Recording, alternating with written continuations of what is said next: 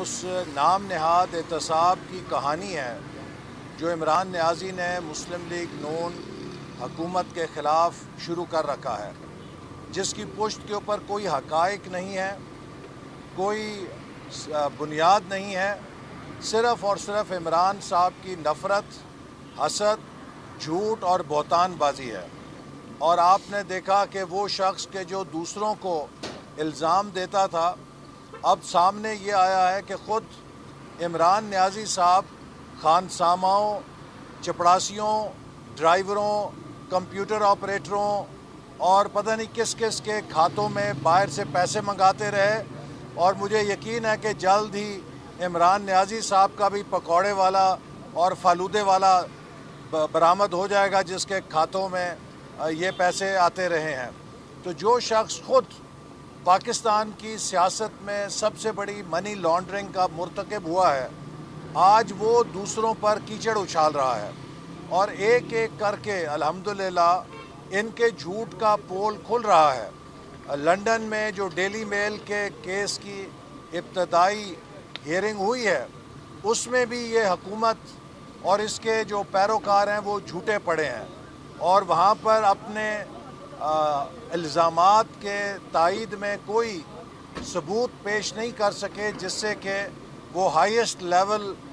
Defamation case مقرر ہوا ہے، اور مجھے یقین ہے انشاءاللہ کہ سماعت کے دوران یہ مزید بے نقاب ہوں گے۔ اسی طرح میں بار بار کہتا ہوں کہ یہ جھوٹے الزاموں پر، الزام تراشیوں پر اپوزیشن کی کردار کشی کرتے ہیں۔ میرے پہ 2 سال سے ملتان سکھر موٹر وے کا الزام لگایا گیا ہے کہ میں نے 70 ارب روپے کمیشن لیا ہے، اور میں نے سنا تھا 2 سال پہلے کہ اس کی کوئی جے آئی ٹی بننی ہے،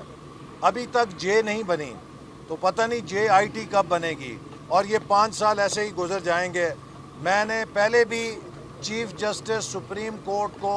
استدعا کی تھی کہ میرے پہ 70 ارب روپیہ ملتان سکھر موٹر وے میں کمیشن کک بیک لینے کا جو الزام لگا ہے، اس کا سو موٹو نوٹس لیں،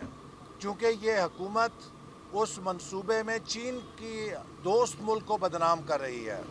اس منصوبے کا سارا پیسہ چین نے براہ راست اپنے کانٹریکٹر کو دیا ہے،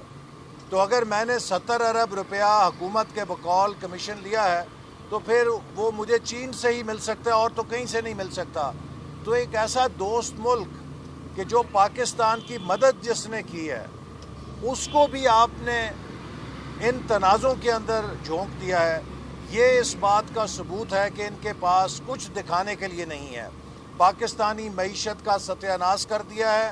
جواب مانگتے ہیں تو کہتے ہیں این آر او نہیں دوں گا۔ پاکستان کی خارجہ پالیسی ملیا میٹ ہو گئی ہے، پاکستان تنہا ہو گیا ہے، جواب مانگتے ہیں میں این آر او نہیں دوں گا۔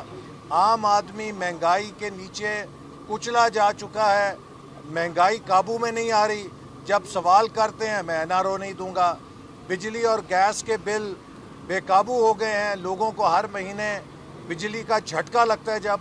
بجلی کا بل آتا ہے، ہم سوال کرتے ہیں میں این آر او نہیں دوں گا۔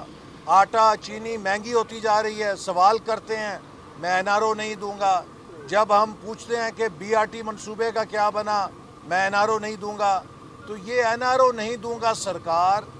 پٹ چکی ہے، ناکام ہو چکی ہے، فیل ہو چکی ہے، اور جھوٹ کے اس کاروبار سے اب یہ ملک نہیں چل سکتا۔ اور میں سمجھتا ہوں کہ جو لوگ اس ملک کے